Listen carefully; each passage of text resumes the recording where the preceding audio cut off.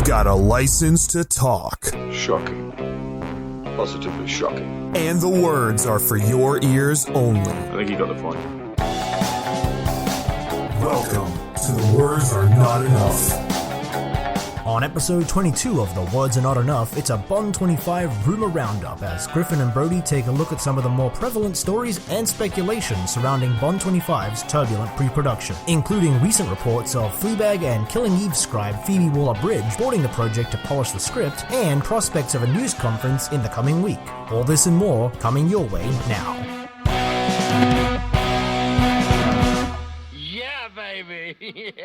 What is up, everyone, and welcome to The Words Are Not Enough, our James Bond podcast where we talk about everything surrounding our favorite super spy. I am one of your hosts, Griffin 008 Schiller, and I'm joined, as always, by my lovely co-host, Mr. Brody 005 Saravelli. Brody, how are things going today?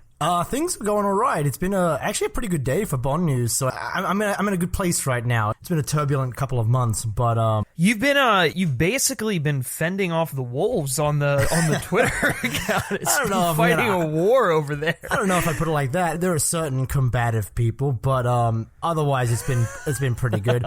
But no, it's been fun. I think when you sort of you see this in every field, but especially when it comes to the rumor mill before a film comes out, people get very, very fixated on a narrative, and it's dangerous to do that when a film hasn't actually told you anything yet. So right, and it's even worse when a film's production hasn't gone, I guess, as smoothly as you would hope it would. Not saying that Bond 25 has really gone through that much of a production hell, but with the departure of Boyle, with the departure of Hodge, and then having to bring on a new director, that's not an ideal scenario for your film. And so with that comes a bunch of other rumors, and then people exclaiming that the sky is falling, essentially. Exactly, yeah. And it's one of those things where I think movie news is one of those things where if there's no news, it kind of reads to a lot of people as being bad news. And because there's a rumor mill and you've got all these tabloids constantly bringing out news without anything official being announced, it's like every time you hear something, it's like, this is bad news because it's not coming from Eon. And so, yeah, you get a lot of... There's no news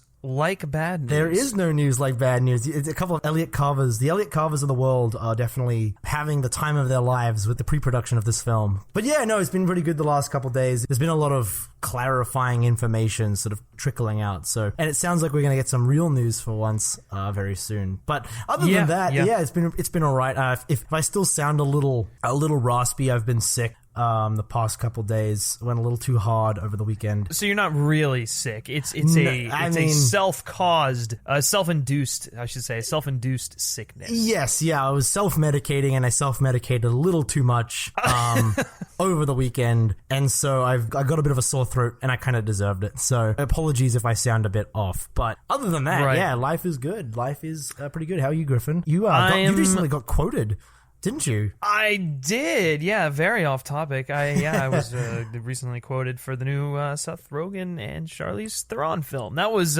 pretty cool. It's called Long Shot, and if you're interested in comedies at all, or just really good movies, go check it out. Speaking of people who should be a Bond girl. Yeah, right. She's tailor-made for it. Yeah, no, but the funny thing about this episode, this is what, episode 22? This is the episode funny 22. thing about it was we actually recorded in episode 22 back at the beginning of March. Yeah, we did. We recorded one, and it was right before my spring break. And then there was a bit of a delay cause I usually scrub through the episodes before we post them. And we just weren't organized, and then I didn't get all the materials until after I'd left. And then at that point, it was just too difficult to work on. And then by the time I got back, all the information didn't really feel relevant anymore. So we just... And we weren't too happy with the actual recording itself. So we just sort of... it just was like a bunch of ramblings thrown together, and we were like, hey, here's episode 22. But which, to be fair, is our brand, but... Is it? Is that our brand? It's just a little... ramblings thrown together? Maybe not quite that haphazardly. It was especially disorganized. But yeah, this week we're hoping to sort of do more of a general roundup of Bond news, right? Yes, that is the plan. We're not going to do our typical episode structure. Like you said, we're going to round up some of the more recent Bond news that we're on top of everything. And then we're also going to kind of recap the timetable and the confirmed or close to confirmed stories that have to do with Bond 25. No, that sounds good to me, because it sounds like as we're getting a lot closer to our press conference, and we'll talk about this a bit later in the episode, but there is like rumors that it'll be next week. Now seems like a really good time to sort of look back on all the information we think we know right now before we actually find out what is true. And who knows, maybe we'll be right. Who knows? Yeah, I mean, I am hopeful that a lot of the stuff that is rumored will be confirmed, such as, you know, the involvement of Billy Magnussen and Rami Malek, which we'll get to much later on towards the end of the show. It's gonna be a fun episode. So let's get this show on the road here. Now, obviously, if you're tuned into Bond Sphere, which if you're listening to this episode, I'm gonna assume that you are, you will know, or you will remember some photos that were being floated around that depicted these guys in masks with guns somewhere in not Iceland, what was it? Norway. And so these are photos from the second unit shoot that was taking place in Norway, as we already confirmed, I believe a couple episodes ago, maybe even the last episode. I don't remember, but yeah, people were talking about this ages ago when like the first sort of paperwork came out from Norway where they said, we're looking to shoot, and it's like B-25. What film could that be? And I wonder which one. Yeah, and then so it ended up happening, and it is definitely related to Bond 25. Yeah, we found out, and so, you know, it was really our first look at anything from the film, and I gotta say, like, just from a photo standpoint, I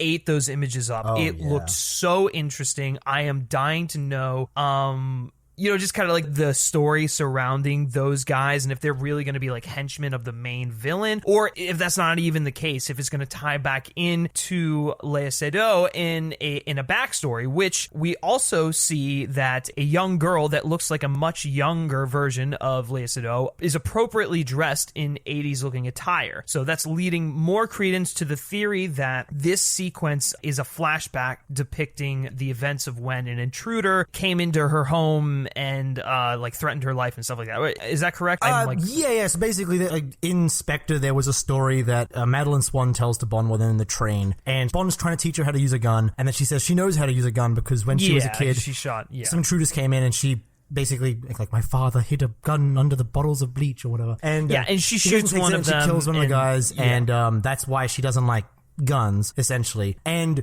sort of going back into why people think this is what this scene is depicting, we got some paperwork back when they were sort of organizing the shoot that leaked. Basically, they had a scene description that read as girl running on snow and ice water, with the description, a child shoots an intruder, she is chased by a second intruder and runs onto the frozen lake. So based on that description, especially like the language, like a child shoots an intruder, and then you have this young blonde girl in Norway in like a cabin, it kind of feels like it is related to that story, especially, and you look, she's wearing like the 80s attire like you mentioned, so it is time appropriate. She's not dressed up in modern gear, so right. And you know, in case you've been living under a rock, Léa Seydoux is returning to the film, so it would make sense to kind of flesh her character out a little bit in kind of an important piece of backstory such as this. Well, that's the thing, because one of my main issues with Spectre, and I have many an issue with Spectre, but you've written many essays on it. Well, only one, but it is still under construction. But that you've never published. We're going to get that thing published one day. We're going to do it. But basically one of my main issues with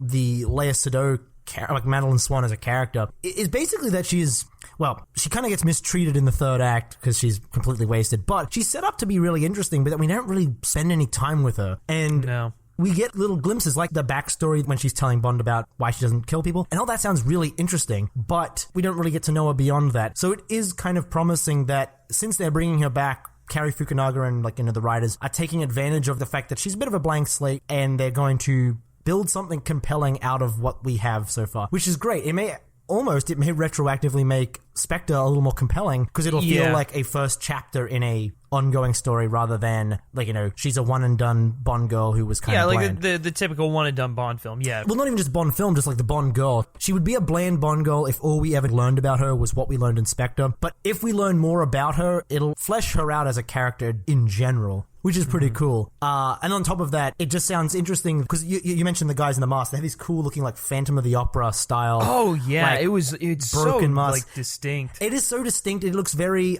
My first thought when I saw it was they look very. In Spectre, they kind of established Spectre as being very eyes wide shut, gothic inspired. Like a lot of the aesthetic was, instead of being the sleek modern boardroom from the Connery films, you have this old looking like a literal Spectre. Yes, exactly. It feels it feels very haunting in that sense. And so the fact that they are wearing these masks, it made me think of Spectre, which.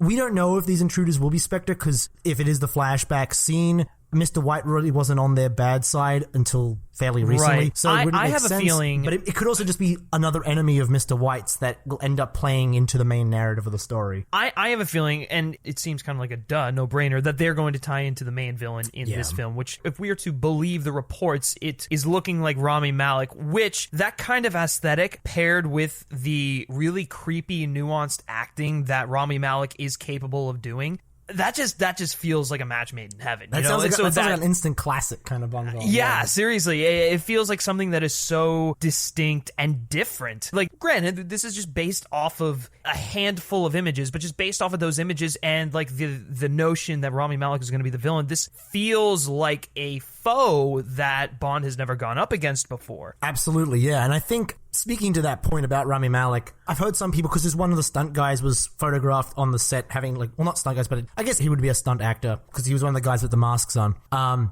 He was photographed with his mask off, and people said, oh, he looks a bit like Rami Malek. I don't think Rami Malek's going to be...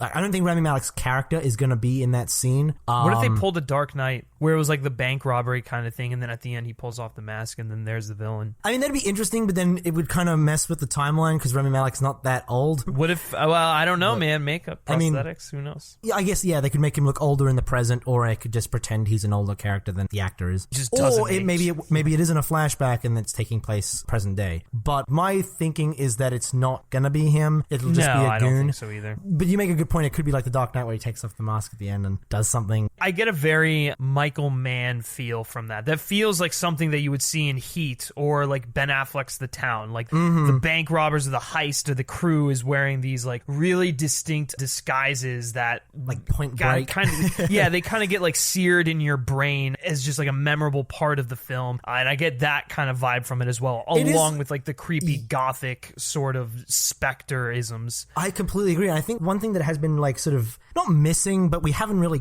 gotten in a while from a Bond film is really that iconography. You know what I mean? Yeah. Like new iconography. Because like, I feel like when you look back at certain villains, there is just a certain aesthetic. You have all the Spectre goons wearing their like colorful jumpsuits, and like things like Baron Samity's hat and mask, and like just things like that where you look at it and you go, that's a Bond villain immediately. I mean, you could look back to Le Chiffre.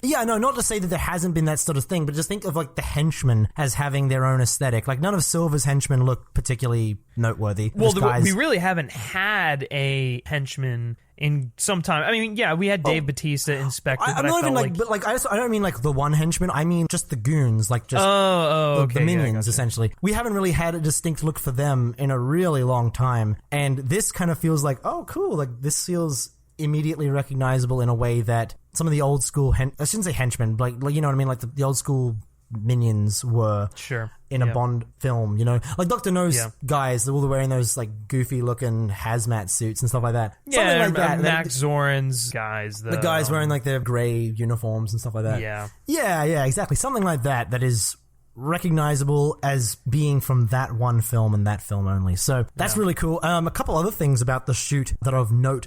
Dude, let me say it. I have to will it into existence. Oh, go for it.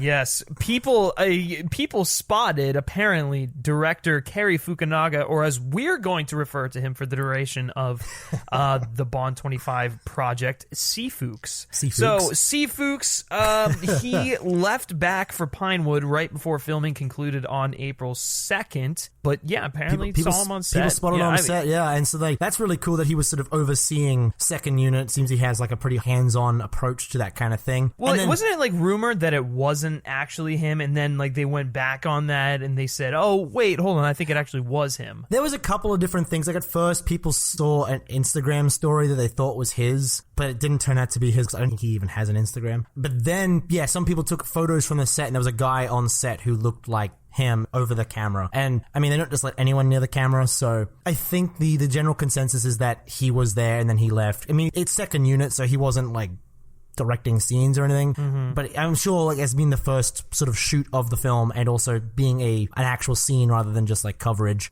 he would want to be there. But speaking of the camera that he was looking over, apparently people have like sleuthed at the photographs that we got to see and have deduced that they were using like a 70mm IMAX film camera to shoot the film, at least shoot this sequence. And that kind of contradicts what people were saying earlier, that they were going to be using exclusively digital for the film. So now it's sort of up in the air as to whether or not they're selectively using IMAX in a cut with digital, or if it's all shot on film with IMAX sequences interspersed. But yeah, now that's really exciting. Now, if you know, that's super exciting. I'm all for it. Now, if you could elaborate on that a little bit, because I posed the question to you yesterday when we were going over this stuff, because I originally thought that IMAX cameras can in fact shoot digital along with film, and so that this didn't necessarily point to the fact that it wasn't being shot on digital. But I assume that now, like after digging into it a little bit, that IMAX cameras are exclusively used for film. I think like traditionally, but what people were saying was that they were specifically IMAX 70mm film cameras. I can't testify to the veracity of that because the pictures are very blurry and I'm not an expert on this kind of thing, but the consensus is that they are using film essentially to shoot. Right, so, which is interesting, and I'm all for it. Which would make a lot of sense because Linus Sandgren just filmed the film with IMAX, and so he's probably very familiar with the technology and also keen to use it. Seems like everyone who uses IMAX is like blown away by it and wants to keep using it. So yeah, absolutely. And what better than to use it again on a Bond film? It's like tailor made for it. Exactly. This would actually be the first Bond film to really use IMAX. Because I mean they've had like IMAX simulation, I guess, before, but not really actually shot on IMAX. So this is really, really awesome. I'm hoping that a lot of it is shot in the IMAX format, because that'll be really cool, and it'll be an immersive experience. That's the thing. I'm interested to know, because this scene doesn't seem like a sequence that needs to be shot in IMAX, really. It's just a flashback of a girl running across some ice. I mean, as far as we know. So my thinking is, and this sort of ties into like some more context for this shoot in Norway. People were saying a while back that this was actually going to be part of the pre-title sequence. And then conflicting reports came out and said that Matera in Italy was going to be the pre-title sequence. And now people have sort of come to the conclusion that it might be a flashback within the pre-title sequence, because apparently there's like a car chase that they're looking to do in Matera. So my thinking is that, yeah, maybe this is a flashback that leads into that. In which case, maybe the pre-title sequence is being shot in IMAX, and in order to make things look continuous for the pre-title sequence, they're just shooting this flashback in IMAX as well. Who knows? I mean, it's doubtful they'll shoot the whole film in IMAX. You just don't tend to do that. But yeah, it's looking like at least this sequence, if it is being shot in IMAX, will be... It's likely because it's connected to another IMAX action set piece, which, sure. I mean, let's just talk about that. Like, holy shit, I can't wait for another car chase opener. Oh, I know. I'm fully in. I am ready to get rocked by it. Anyway, so moving on to the next point of discussion, it has to do with some rewrites. So obviously we are already discussed, Scott Z. Burns coming in to beef up the script, doing extensive rewrites. He is no longer on the project. He did his job and now he's left and he's doing other things. But it's interesting because it was rumored that Phoebe Waller-Bridge, who was involved with Killing Eve and Fleabag, was going to be brought in to polish up the script. And this was actually said to be related to Craig, that Craig directly requested to bring her in to touch it up a little bit. Well, this has actually now been confirmed from Variety that she joined Bond 25 to polish the script by adding more wit and humor. I don't know whether that was directly to the dialogue or whether it was to the scenarios in general, but that was apparently what she was brought in to do. Like I said, she was directly requested by Craig, and the decision was obviously approved by director Cary Fukunaga, or C-Fuks. Sources close to the production say that the film is still on track to shoot at the end of April, so this is really nothing to worry about. And that's actually something that corroborates an early report from Steve Frosty Weintraub from Collider, who earlier this year tweeted that Linus Sandgren had directly told him in passing that the shoot was set to begin in April. There was an earlier report from the Daily Mail that claimed that Waller-Bridge had been brought in to add a Me Too kind of element to the story, but that really hasn't been confirmed, and it wasn't confirmed by Variety either. So it's just a rumor for right now. So first of all, this is just really cool in general because it was someone directly requested by Daniel Craig to come in and just do some slight touch-ups. And I think, given her work on Killing Eve and Fleabag, she is a real talent, and so she'll be able to add another dimension to this script. And so this isn't something, like when I first heard about it, usually after you had just gone through extensive reshoots and you have another writer brought in to, or not reshoots, sorry, rewrites, and you have another writer brought in to do some rewrites, your first instinct is to go like, whoa, okay, what's going on here? They just went through some. But, we now know what she's doing, and, someone of her caliber, this really isn't something to worry about. I think, at least, it's just something to get excited about because she's going to add, like I said, another dimension, another layer, add some more wit and humor, which will be fun to see, Craig play with. I'm assuming it's going to be in terms of dialogue and whatnot. But Brody, what was your first reaction to this? Honestly, yeah, this doesn't faze me at all in the way that, I think a lot of people pounced on this news in a panicked sense for the reasons that you stated. But yeah, no, this is great. I think first, I love the idea that, that Craig requested it. You mentioned you didn't know if it was the dialogue or the the scenarios. It just kind of sounds like it's going to be dialogue. I mean, if you're adding wit and humor, I can't really imagine they're adding slapstick scenes, Yeah, like Bond is not a slapstick comedy. Yeah, so it's not really it's going to be a lot of very British, dry, wit and humor. Right, yeah, but I don't think there's going to be any scenarios where there's a whole scene devoted to something goofy happening. I think it'll probably just be little one-liners, a little remarks to polish things up. This kind of reminds me of An Her Majesty's Secret Service. So the script was written by Richard Maybaum, and then I don't know when exactly, it might have been right before they shot or during shooting, but Peter Hunt, who was the director, actually asked Simon Raven to come in and rewrite dialogue because he didn't think it sounded quote-unquote British enough. He didn't have that same quality to it, and he wanted to sharpen it up a bit. And that's what this kind of sounds like. You have Scott Z. Burns, who is a super talented writer in his own right, but maybe Daniel Craig was we want something a little sharper in terms of the wit of the dialogue. And correct me if I'm wrong, but Scott Z. Burns is not British, right? No, he's not. He's American. So naturally, this might help bring in some of that British flavor. Yeah, exactly. And I think I've heard that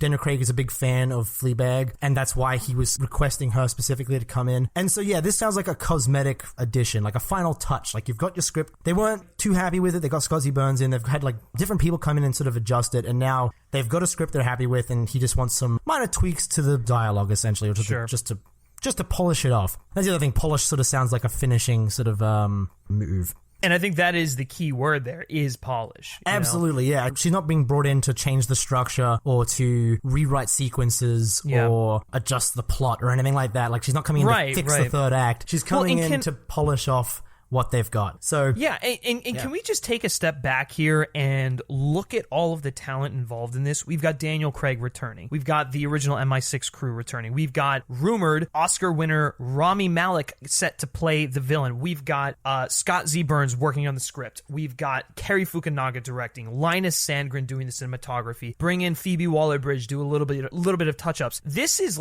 if this wasn't a Bond project, this would still be something I am over the moon excited to see because of the talent involved with it. If they can pull this off, and I'm starting to believe that they're going to pull it off and it's going to be great, this has the potential to be one of the more memorable Bond films in recent memory. I completely agree. I think the fact that they're beginning to shoot in April, this is something we've heard for the longest time, basically since the change of date, essentially. Even before that. Yeah. I remember when Steve Weintraub dropped the scoop about his conversation with Linus Sandgren. Yeah. The release date was still in February for that point. So this has been the set like start date for shooting since before then. So yeah, the fact that they're still on track for that, it kind of tells me that they are just taking advantage of every bit of pre-production time they've got left. So yeah, they've got the script. Daniel Craig's like, yeah, I'm going to get someone to polish the dialogue because we've got time. It doesn't strike me as a panicked rewrite. This doesn't strike me as someone like, we need to just get someone here and like just like completely gut this thing. Yeah,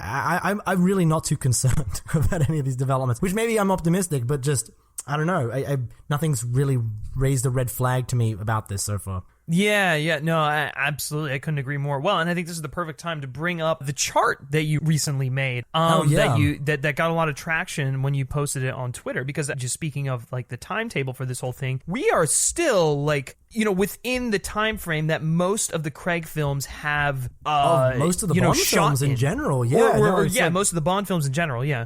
I think today, if memory serves me correct, we are about 348 days, I want to say.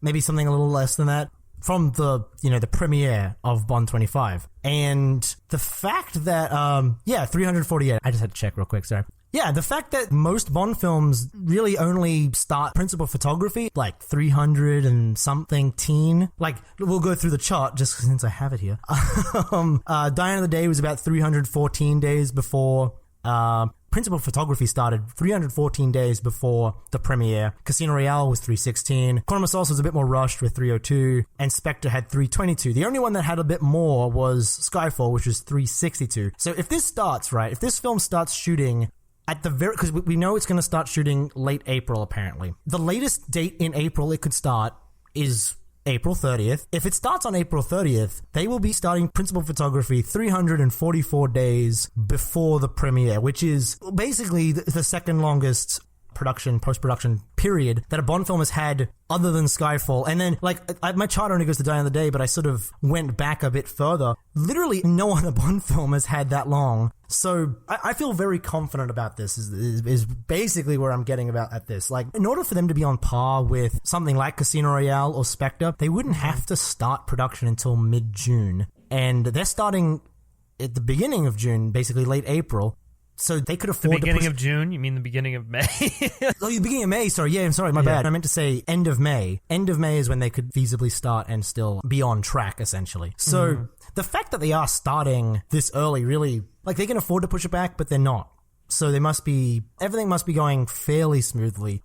Does that make sense? You know what I mean? Like, oh, yeah, absolutely. It just wouldn't make sense for them to rush it into production earlier than most every other Bond film and then go, oh, we actually needed more time, because they've got time on the clock. They can push it back if they want to. So if anyone ever tells you that this film is a rushed production, just go to the Twain Pod Twitter account and share our little chart, because it effectively proves them wrong. And so, people will still complain about, oh, there have been too many writers, or blah, blah, blah, blah, blah. As though there weren't, a million different writers on every other Bond film. But, literally fucking Cubby Broccoli's wife helped with the script for The Spy Who Loved Me. It's not exactly an auteur scripting environment, you know what I mean? There's not usually one guy who writes everything. So, if anyone's telling you to panic when the numbers look like this, they have an agenda. They have a reason to do it. And it might just be because they don't like Daniel Craig. It might be because they think this film is already coming out too late compared to when it should have come out.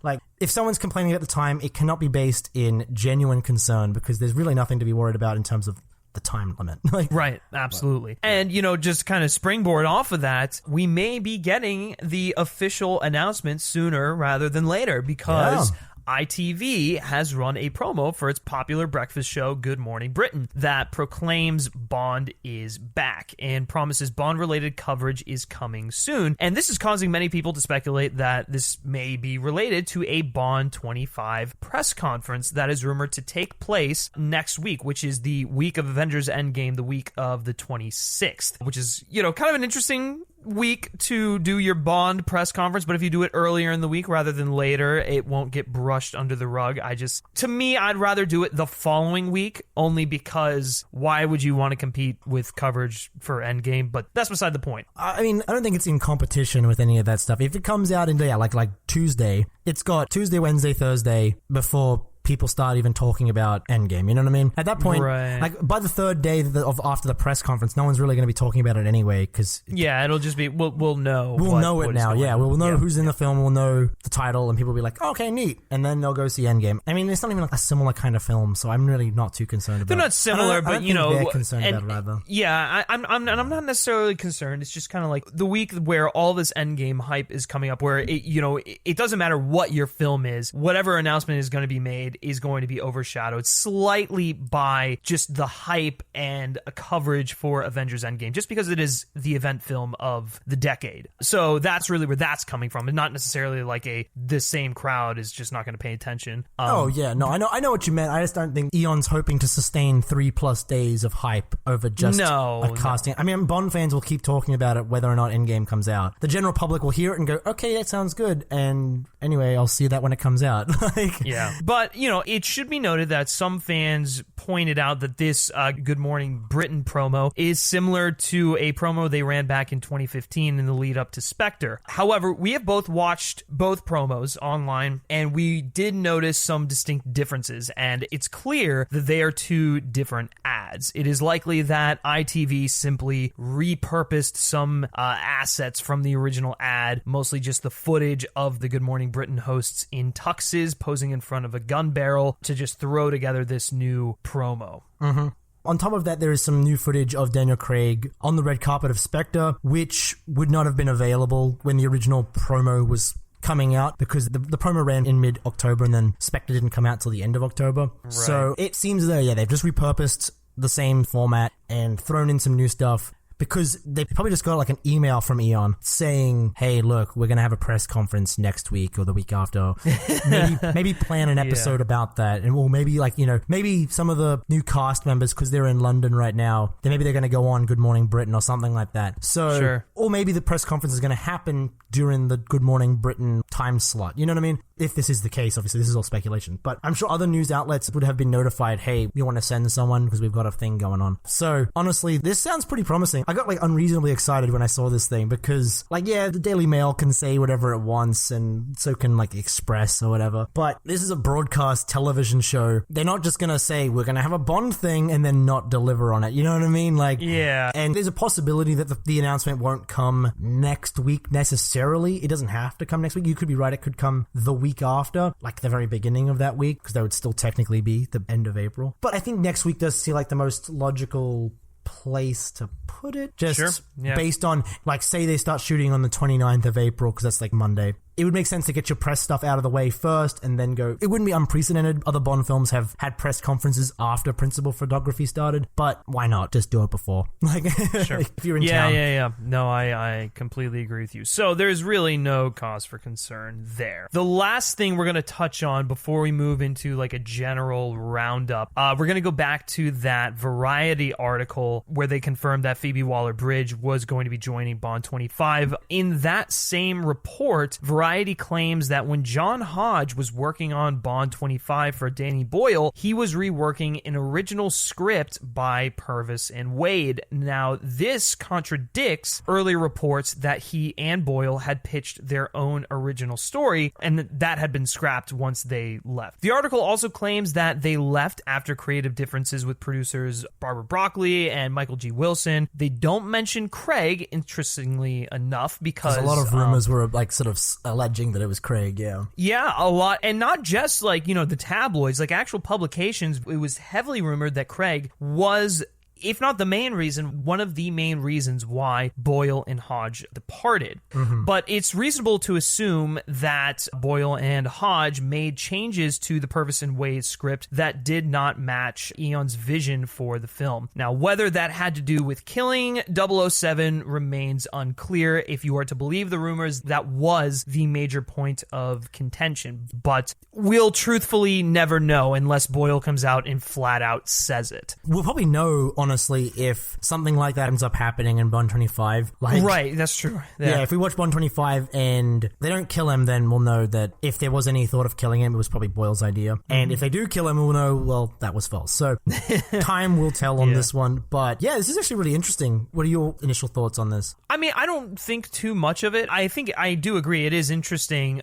it just kind of goes to show that Purvis and Wade were kind of onto something, as they usually are, but their execution wasn't necessarily in line with where Eon wanted to go. And then you have someone like a Danny Boyle and a John Hodge come in, and you're like, hey, we've got this idea. I know you guys probably have a lot of ideas of your own. Can you blend the two and give us something incredible? And naturally, you know, Boyle and Hodge just like take on the task, and then you whittle it down to just creative differences, whether that's like killing Bond or not, whatever, it doesn't matter, just creative differences nonetheless. And so they just part ways. It is interesting, though, that they are sticking with the Purvis and Wade idea, because that kind of is in line with everything that's been happening with the Scott Z. Burns and the Cary Fukunaga stuff. They're basically building upon that original story idea that Purvis and Wade conceived way back when they originally started working on Bond 25. So they clearly were onto something. They just couldn't fully form it into a truly great idea, is what I get out of it.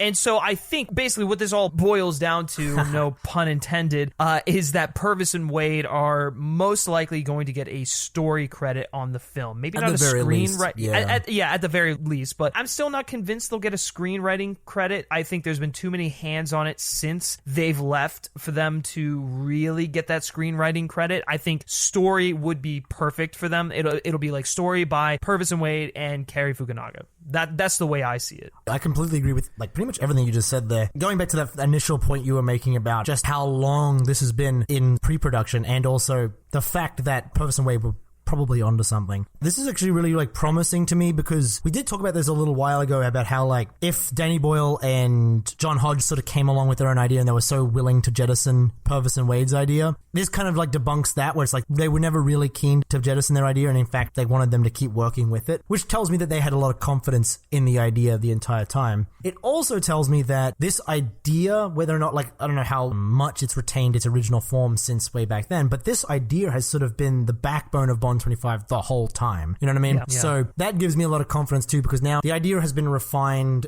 this entire time. I mean, that doesn't always necessarily mean it's going to be a good thing. It could end up being a Frankenstein sort of situation where you've had like the same idea. It very well could be a Frankenstein like an Indiana situation. Jones, the Kingdom of the Crystal Skull kind of thing, where it's like a million different ideas from over the decades that have been pieced together. But I don't think they're going to keep any of John Hodge's additions, just because it seems to be the main reason they'd split ways. Yeah. But at least they have confidence in the idea, which is really cool. And this sort of ties into something we're going to talk about a little later, but we might as well talk about here. I mean, the perfect segue. We're done with our, news. Let's move into the general roundup of things. Yeah, it was just basically like, who do you think is a writer on this thing? Sort of going back to what you were saying, like who will get what credits. Because we've heard other reports from Variety before where they won't mention Purvis and Wade, and they'll mention that the script is by Cary Fukunaga now. And some reports will mention that, some reports won't mention Fukunaga as a writer at all. But it's interesting that Variety did. So part of me is like, are they going to exclusively just get a story by credit? And now the new writer is going to be Cary Fukunaga and Scott Z. Burns. And maybe they'll give a credit to... maybe they'll give a credit to Waller-Bridge.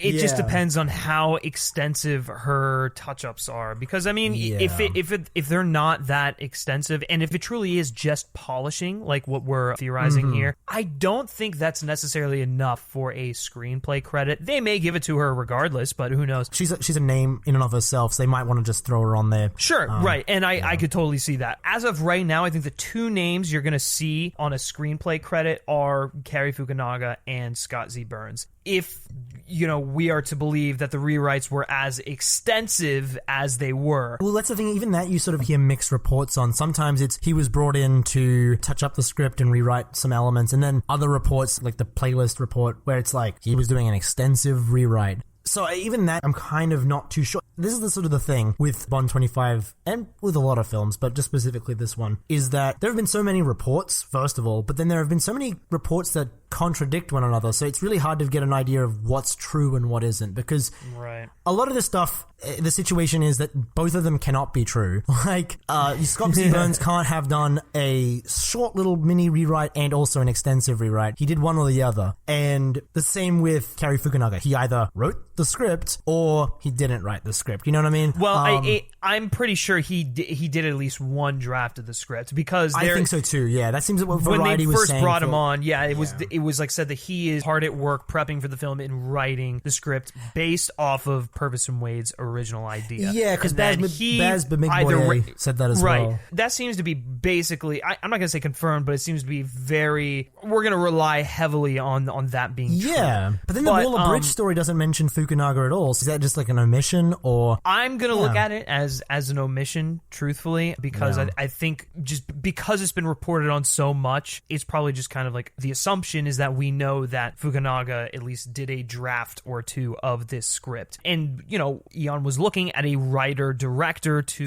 come on board. And so obviously I think a lot of Fukunaga's ideas will be in that script. So he will ultimately get a story credit and a screenplay credit. Now, Burns, I'm more inclined to believe that Burns did an extensive rewrite. That seems to be the main theory going around. I mean, yeah, some people are saying, oh, it wasn't as extensive as we thought, but the reason I sort of question it is that sometimes outlets won't even mention him at all when talking about the writer. It's kind of a Fukunaga thing where it could be an omission, but it seems sort of interesting that sometimes he's noteworthy enough where they'll mention that he did a rewrite, and sometimes they won't even mention it at all, and they'll just say, I remember when it first was, when Rodrigo first dropped that scoop on it, you know, Variety and The Hollywood Reporter and many of the major trades did run with that being true.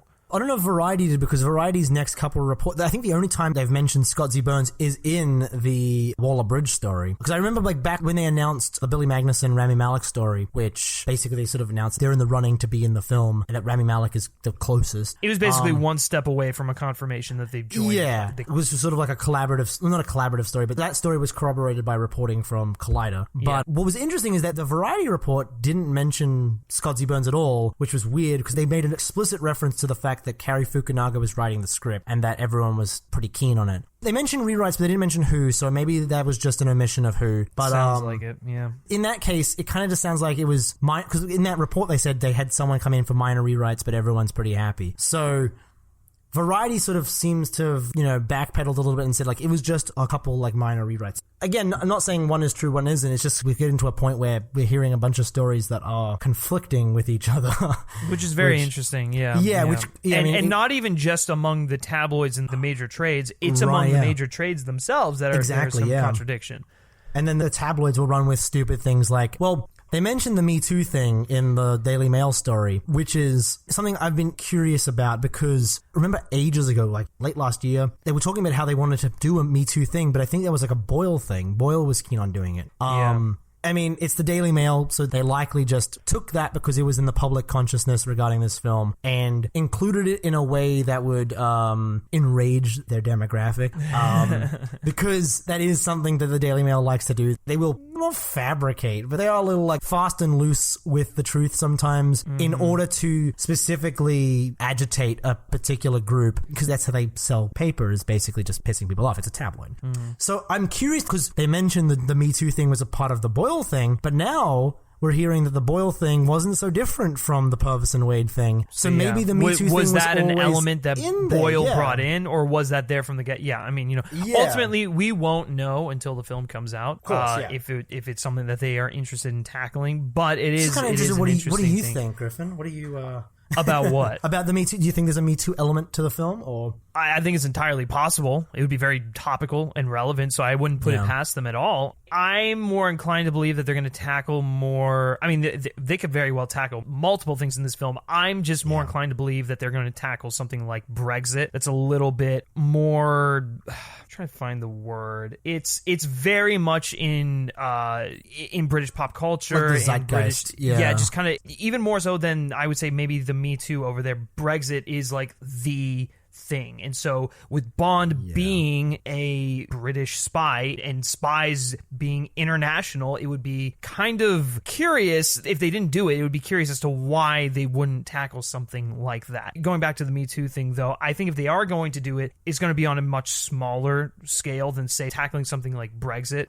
It'll be more of a subtle weave into the narrative. I completely agree. I guess what you were sort of getting at is that you think if they're going to be topical, they're going to be topical in like a geopolitical sense rather than Yes, yeah, a cultural absolutely. sense. Yeah, for sure. I think I agree with that. I don't think the film's going to be about #MeToo. No, absolutely, no, like that kind of thing. But I think maybe it'll be an element that that is interweaved in there, but it's not going to be something where it's like the focus of this film is Brexit, or the focus of this film is Me Too, and whatever your topic of choice is. Yeah, I think when it comes to Bond, because Bond is one of the only pop culture institutions that is still alive today that is really ripe for Me Too exploration. Just in terms of like, Bond does have a history of being in that conversation when it comes to the gender politics and that kind of thing. So I can see them weaving it in the same way that like in the 90s in GoldenEye, they tackled sexual harassment and that kind of thing. And it wasn't really, like, GoldenEye is not about sexual harassment, but there is a couple of like, I mean, you probably couldn't get away with that today because it would piss so many people off. But like,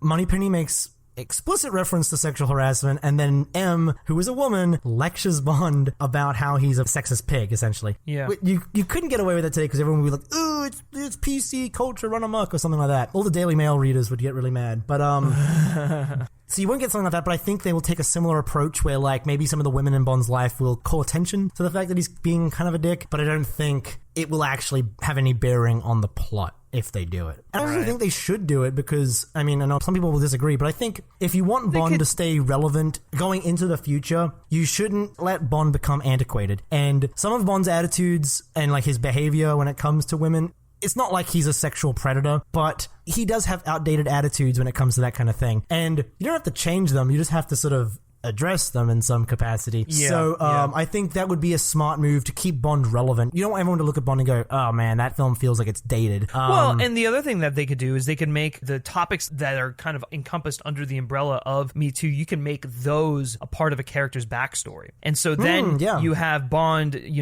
maybe taking a look in the mirror at like the way he behaves or questionable acts he's done in his past, and so that could be a nice way of tackling it. I completely agree, which actually could very well work because apparently they are looking for an MI6 agent as one of the two Bond girls that they're sort of currently looking. I'm so glad that you were just literally inside my head looking for that segue. I telepathically threw you the ball and you caught it like no brainer. You had the pass. It was great. This is phenomenal. You read the pass perfectly. That feels like the most logical place because she will be a co-worker of Bond, and Me Too is really like, I mean, it addresses sexual assault, but it specifically addresses sexual harassment in the workplace. So having one of Bond's colleagues who is a woman in the film would seem like the perfect opportunity. Yeah, I completely agree. But that's not the only Bond girl they're looking for. They're also looking for an accomplice. I mean, what do you think of that? Do you think that's still relevant information? I don't know what to make of that. I think the MI6 agent, 100%. I think so too, that is absolutely going to be in the film. We just have no idea who they are going to be. The Daily Express touted around English actress Jodie Comer as a leading contender to be announced for the film, but I mean, that's really the only development we've heard on that. Yeah. We probably won't get anything until the press release, or I'm sorry, the press conference, if that. So we'll have to see what happens with that. As for the accomplice, all right, we're talking about the villain's accomplice, right? Well, it said it's an accomplice. They didn't say for whom. I didn't even think of them being an accomplice for the villain. I just sort of assumed that's immediately where my mind went to. Interesting because you say that because that does tie into when Danny Boyle was looking for casting. He was looking for a Russian and an evil Russian woman, and if you believe the rumors we were hearing about that, it was saying they were either looking for a Russian or a Middle Eastern person. And it sounds like they found a person of Middle Eastern descent with Rami Malek. Malek, who is Egyptian, yes. Yes, exactly. So maybe this will tie into that, and now they're looking for an accomplice who isn't Russian but is something else because they are associated with the villain. And so to bring this thing full circle, maybe Boyle and Hodge's interpretation of the script was closer and just merely a slight touch-up of what Purvis and Wade were originally trying to do. And very interesting stuff. Remember when they said that the big point of contention was who he wanted to cast as the villain? Maybe Eon didn't want the Russian villain and they wanted the Middle Eastern villain. And he wanted the opposite. Maybe that was the... that was a contention. Or maybe who knows? Eon really wanted Rami Malek, and Boyle was looking at someone else, whether it be unknown or lesser known or whatever. Yeah, but they named a guy, but I forget who it was. Yeah, I forget his name as well. But going back to Jodie Comer, there is a possibility that people are only floating her name because of her association with Killing Eve, and because now Phoebe Waller-Bridge is involved. It seems like, who from her? In the same way that they were like sort of throwing around Emma Stone because of her association with Cary Fukunaga. Oh yeah, and Dakota Johnson was being thrown around there. Yeah, but with Jodie Comer, I don't know. If she's just a platonic, like MI6 agent kind of character where she doesn't really have any sex with Bond, it's fine. She's a bit young for Craig, don't you think? Like, yeah, she definitely is. That's why I think that she's primed to be the MI6 agent that we're talking about. And if we're to tie it back into the Me Too thing, I could see her being the focus of that subplot or that theme if they wanted to tackle. Yeah, if it is and her and Craig kind of having a discussion on that or something along the lines of what we mentioned earlier about her having a backstory with that, and then Craig, maybe having a second look at himself and whatnot. That's where I see that. I don't see her as an accomplice personally. She just doesn't have like that. She looks a little too nice. Friendly. But maybe that's why she would be the perfect accomplice for Rami Malek. Rami Malek just looks creepy, and then she looks nice. I can't get over that video that was trending a while ago, where it was the thing he did where he was like, "I'm a fan of this, I'm a fan of that." It's just like I look at that, I'm like, is this man auditioning to be the next Bond villain? I thought really we already had him locked in, basically. Especially the one with the theme music from Us. Yeah.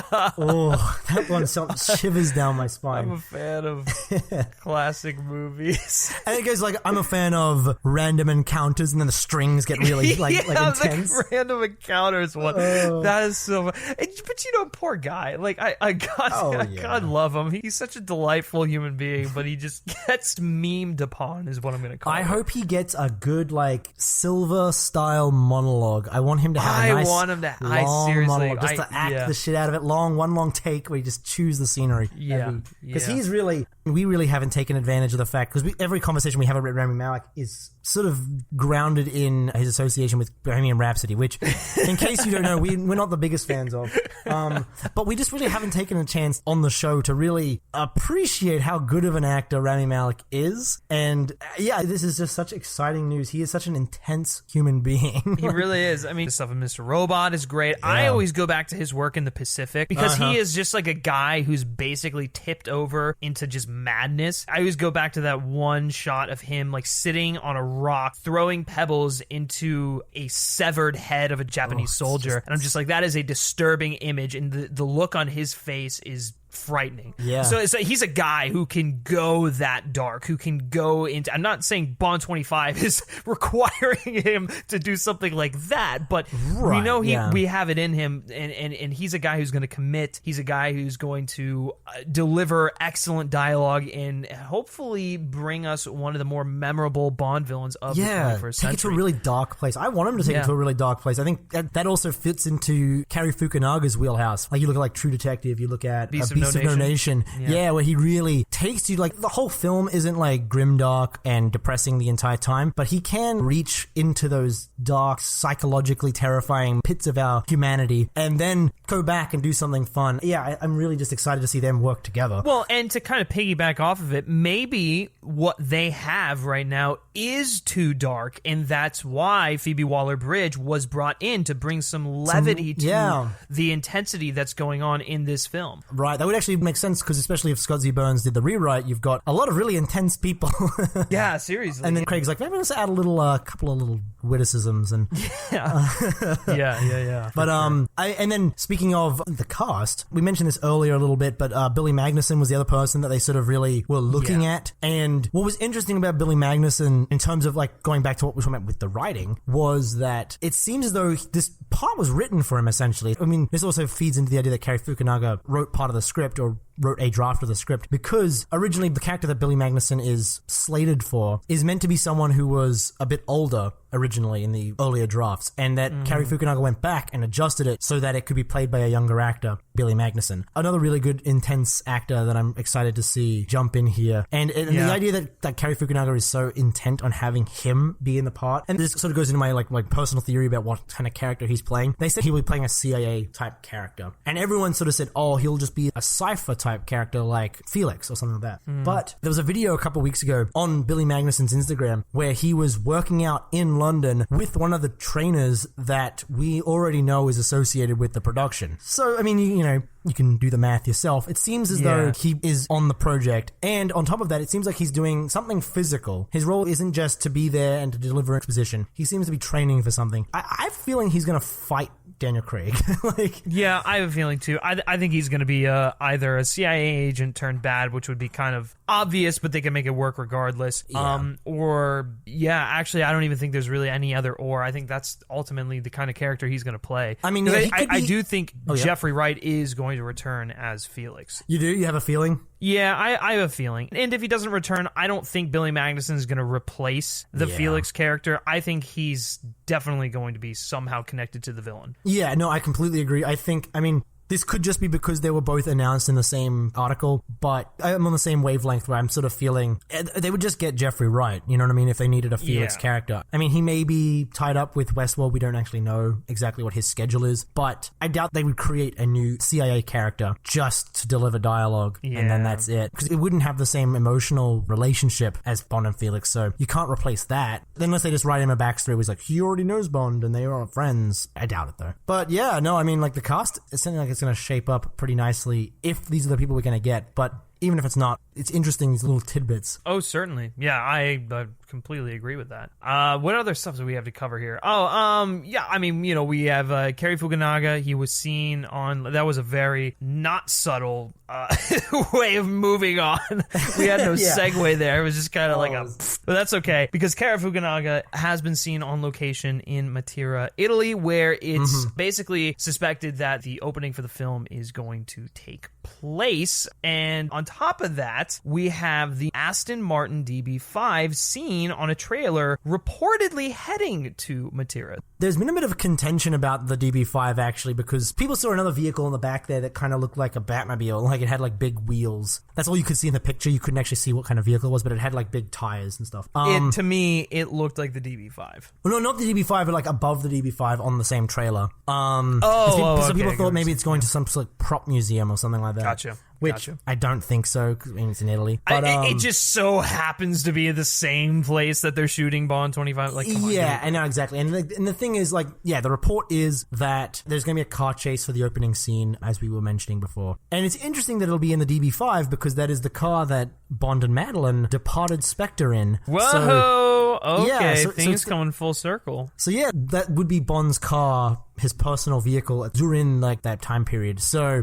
yeah, it kind of seems like something's going to be catching up with Bond in his little travels with Madeline in Italy. So, yeah, I'm excited to see how that will tie into the Norway stuff and how they're going to handle the transition from flashback into the action scene. It kind of reminds me of, like, in some of the earlier Bond films, specifically, like, some of the Lewis Gilbert ones, where the opening scene would kind of have two parts to it. So, like, in Moonraker, you have the Moonraker being hijacked, and then you transition into Bond and his freefall fight. This kind of feels a lot like that, but I wonder how the transition, like, are we going to go from flashback into Madeline waking up startled, and then, like, I don't know. That's if they're even connected, but that seems to be the running theory. Yeah, no, I'm curious to see how this sort of ends up. And speaking of, like, locations, the film may possibly be going to Jamaica. True. Yeah, it's like one step away from being confirmed, I think, right? Yeah, pretty much. Basically, the tourism minister from Jamaica.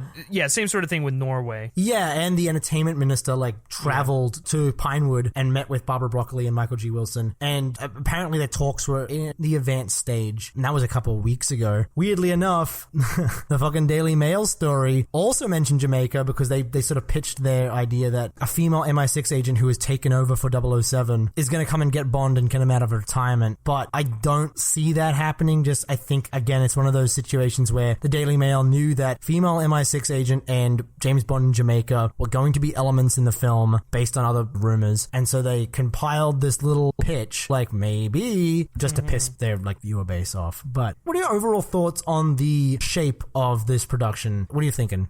Just kind of how things are shaping up? Yeah. Any concerns or anything you want answers for in particular? I mean, honestly, no, not at this stage. I mean, like I mentioned earlier, the biggest obstacles are kind of behind this film, like the departure of Boyle and Hodge. That was a big blow, but they were able to bounce back pretty quickly, get some rewrites done. Their shooting schedule is still on time. They're going to some interesting locales. We've got Norway, never seen that before. It'll be cool to see Craig back in Italy. He's been there like basically every outing, and Jamaica, and I think there's even rumors of Greece. I don't even know if that's confirmed yet, but if it is, I remember us covering that awesome. Ages ago.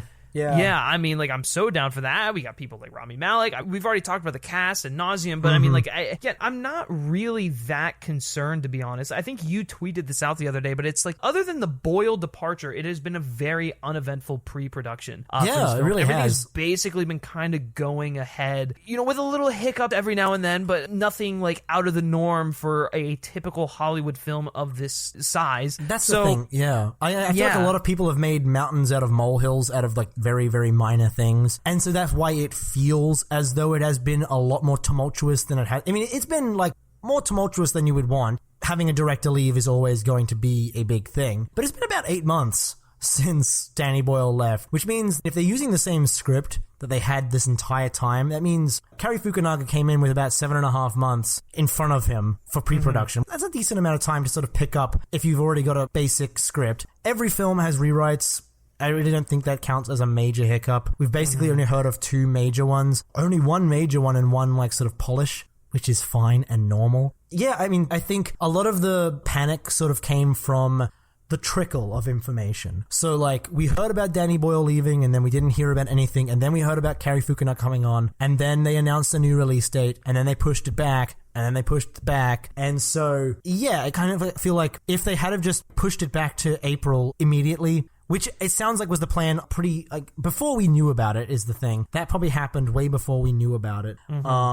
They gave themselves the appropriate amount of time that they needed, which is a lot better than rushing. It would have been really awful if they had, and I would be panicking, if they had brought Cary Fukunaga on and then said, you're finishing the film on Danny Boyle's time frame. Or, like, we'll push it back to February, but no further. That is as far as you... Like, that would have been like a Hobbit situation, where you bring in Peter Jackson after Guillermo del Toro leaves, and you say, basically, redo pre-production, but we're not going to give you any time to do it. So, they avoided that. They've given themselves plenty of time. Yeah, I'm very, very happy with how this is shaking up. I really am too. But, you've heard our takes on the matter, and now we want to hear from you all. We want to know what your opinion is of this conglomerate of information that we just threw at you. What are your takes? Are you concerned still about Bond 25? Do you think that things are kind of smoothing themselves out? What are your takes on this, on the production history of this film thus far? And lastly, do you think we're going to get a proper press conference announcement either next week or the following week? Let us know that in the comments below of wherever you are listening to this show. And with that, I think we are done here for the episode 22 of The Words Are Not Enough. Thank you as always to my co-host Brody for joining me and breaking down all of this Bond news.